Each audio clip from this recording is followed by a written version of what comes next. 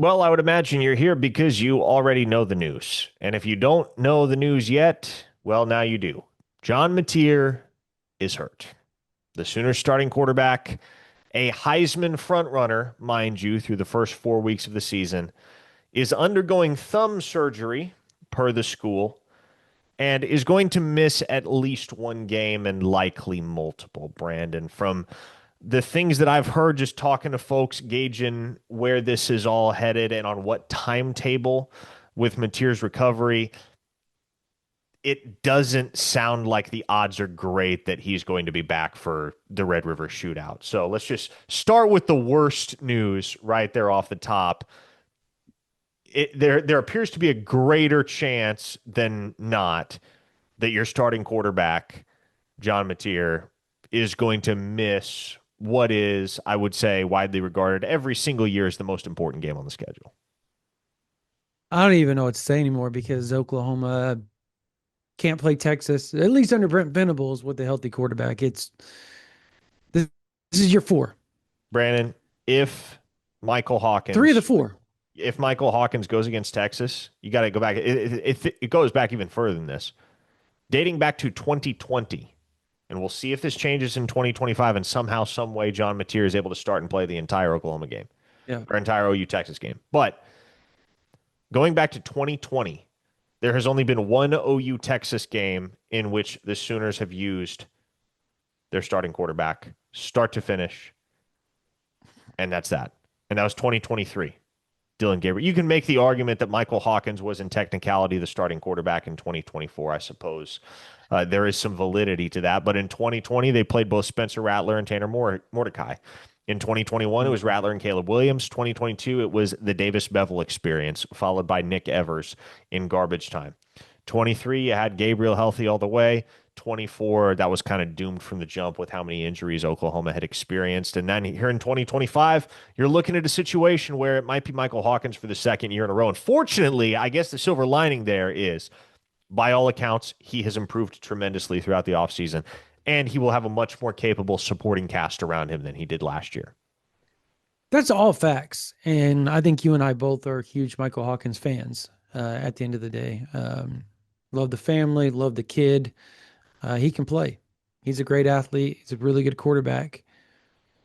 But man, you just got to look at it from a perspective of OU, right? Just the program in general under Brent Venables has just been, if it could go wrong, it's going to go wrong. And it's gone wrong again. And 4 weeks in a row, Oklahoma looked like, and we just got done talking about how they have a chance, and they probably will. They probably still will be a top five team going into the Red River rivalry, unless they get docked for having Mateer out, which is still also possible. Very much so. However, if Hawkins goes out and kills it in the Kent State game, mind you, it's Kent State, but enough to make everybody believe that Oklahoma defense, the supporting cast around him is going to help him out, right? If they can show some sort of a heartbeat within the running back run game, I think they'll be top five going into the Red River rivalry. But again, this goes back to the luck part. Like, we heard about the knee issues, right? Leading up to the game last week, he was banged up, his knee was banged up. But it wasn't to the extent, like, he took off, he ran. He didn't look as explosive against Auburn as he did in previous weeks, but he still did it, Parker. And he still threw the ball. He played for 3.5 quarters with a hurt thumb. It happened in the first quarter, right? It did. And he We didn't, completed and we didn't even know 16 about it. of his final 17 passes. Banged up So knee, that's banged up thumb, and yeah. he orchestrated as clean and as clinical a game-winning drive as you will see. It, baffling. Like, I'm mad for the OU fans right now. Like, I'm mad for them. Like, I can't fathom them sitting there going, dude, this is the year we're finally got things going. And then on a Tuesday of a bye week, the world comes crashing down around you. But the good news is, and we talked about this in the fall camp, This is probably the deepest quarterback room Oklahoma's had in quite some time. Mm-hmm. So that's the good news. Now they have to put it out in play. Kent State, you're not worried about. Also, he has 2 weeks as a starter to build the trust of the team. So if you're going to do it, this is perfect. This is perfect. If you're going to do it, this is perfect. In that aspect, it's not perfect, however, and the fact that you're going to be missing the Heisman frontrunner potentially, let me accentuate, potentially for the Red River game. But then again, Hawkins has played in the game before, so that's going to be good for him more than Arch has, mind you. Yeah. So that's also good. And it was a trial by fire last year in the Yes, it Cotton Bowl was. for Michael Hawkins. But again, what I keep coming back to is yes, individually he's improved this offseason. The supporting Substantially. cast around him is going to be a far cry from what it was a season ago, which Yep. I think should lend some degree of optimism, maybe not confidence, but optimism that if it is the Michael Hawkins show against Texas, OU is going to stand more than a puncher's chance. Now, the way I see it, and maybe John Mateer blows this recovery timetable out of the water. Maybe he is ready to go for the Texas game. That feels like asking a lot based on the early conversations I've had. But what a cool storyline would it be if Michael Hawkins were able to not only lead the Sooners past Kent State, because I feel pretty confident the Sooners could start Whit Neubauer or Jet New against Kent State and win handily, but if Michael Hawkins were to knock off Texas in the Cotton Bowl and keep the Sooners' perfect season intact before handing the reins back to Mateer. Sooner lore.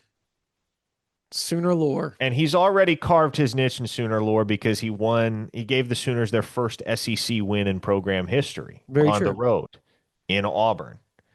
And it was there that he really endeared himself to the fan base. And I know the start against South Carolina was not spectacular a season ago, 3 turnovers, but his final start of the year in the Armed Forces Bowl against Navy, man, he looked good.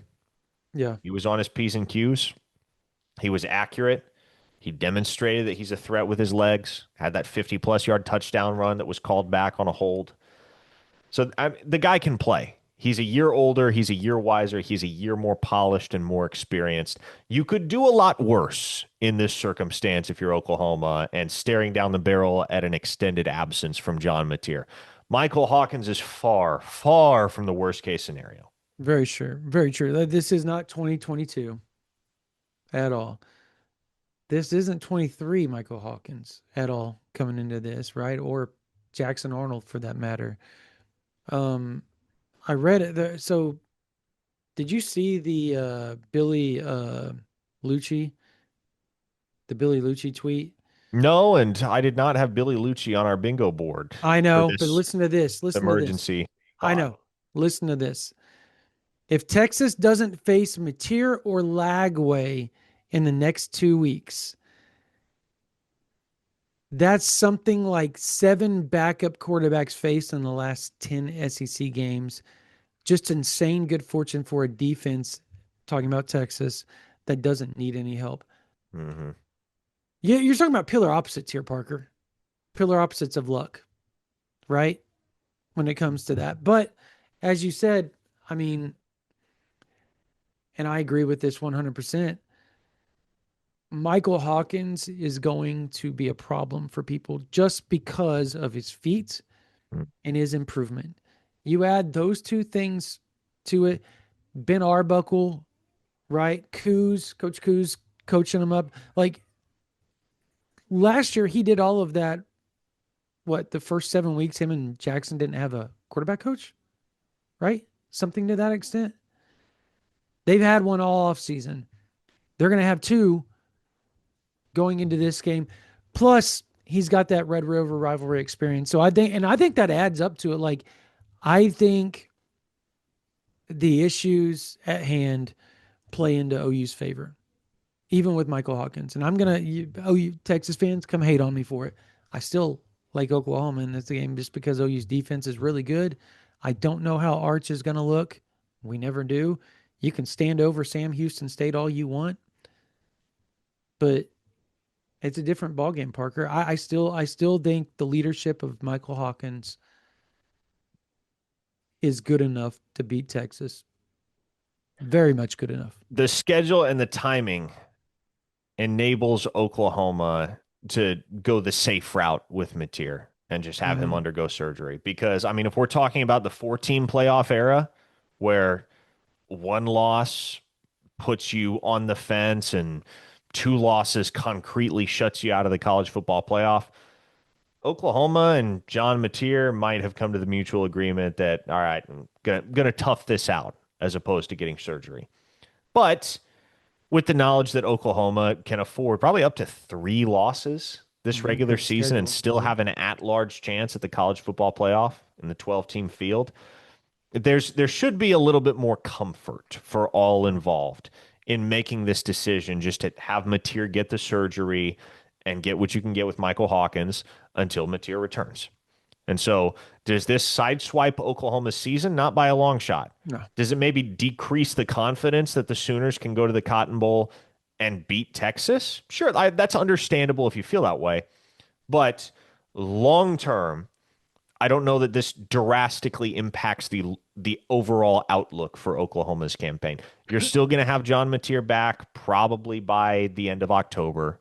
You think that South Carolina game is the game that has been mentioned to me as the most reasonable target date for his return. Same. So, hey, if you get John Mateer back for South Carolina and you have him back for the final, what would it be at that point?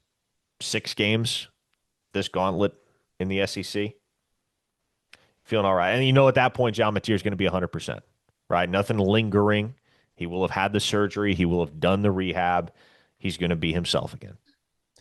Yeah, it kind of like Gerald McCoy said it best. He said, "Look, they probably either looked at it at one, he was going to miss potentially the Red River rivalry game, or two, they thought that this would be the best chance for him to be 100% with his thumb by getting the surgery now and maybe having him back by the Red River game." He was talking from his experience. Obviously, I think he's looking back at the Sam Bradford issue, but I believe Sam Bradford was it? It wasn't a throwing hand with Sam, was it?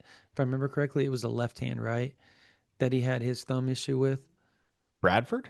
Yeah, late in the season, he had a thumb issue. I don't You, recall, but you're it is John you're Mateer's young, yeah, throwing hand, yeah.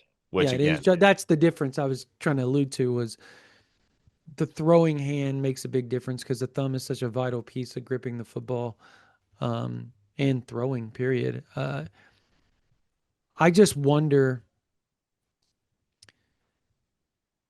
you know, would you? I guess I'm going to ask you this: would you be shocked if he came back for Texas? Like shocked, like overly shocked, if he came back for Texas, even though they're saying South Carolina this, South Carolina, like well, gamesmanship okay, is being here's played the here way a I look at little it. bit, Given maybe that John Mateer just potentially. played 3+ quarters of a football game with that thumb Exactly, injury and looked good, exactly. I mean, the dude's clearly a warrior. So, Yeah. would it shock me if he's back for Texas? No, it wouldn't. Is that the expectation I have? No, but No, if but he was back for Texas, I mean, it would track perfectly with the his person and the mentality. competitor that John Mateer is. Fair enough. I totally agree. I guess does this change your thoughts on Oklahoma season in the way that we looked at it from the 4 game perspective? Okay, look, this team might be 7-0 going into Ole Miss, right? Um, does that change your idea that they might be 7-0 going into Ole Miss? Like, are you are you personally less confident? I guess that's a better question. I mean, it feels wrong to say no because, well, I Mateer's mean, Mateer. Yeah. John Mateer is your QB1. Michael Hawkins is your QB2. That's the hierarchy. And I have a lot of confidence in Michael Hawkins to be able to Yep. lead Oklahoma into battle in the Cotton Bowl. But, do you feel the same way about it if you're an Oklahoma fan that you would if John Mateer was your starting quarterback? I mean, the very natural answer to that question is no. So I think Oklahoma still stands a very solid chance of battling and defeating the Longhorns in the Red River Shootout with or without John Mateer. And then from there, it's just a matter of, okay, what's the prognosis beyond that? Is he back for South Carolina? Is he on the shelf another week? Do you get another Michael Hawkins start? I guess we'll have to see as this unfolds where it What a heads and how redemption story if that happens, though, Parker, with it would be Michael an amazing Hawkins. redemption story if Michael Mhm. Hawkins were to beat Texas this year And South Carolina. South Carolina more and than South anything else. Carolina as well. I mean, like if you want to get your get back against two teams That's through it. Michael Hawkins, I mean, those are the two, right? You want to get Mhm. revenge on Texas, you want to get revenge against South Carolina. That would be cool.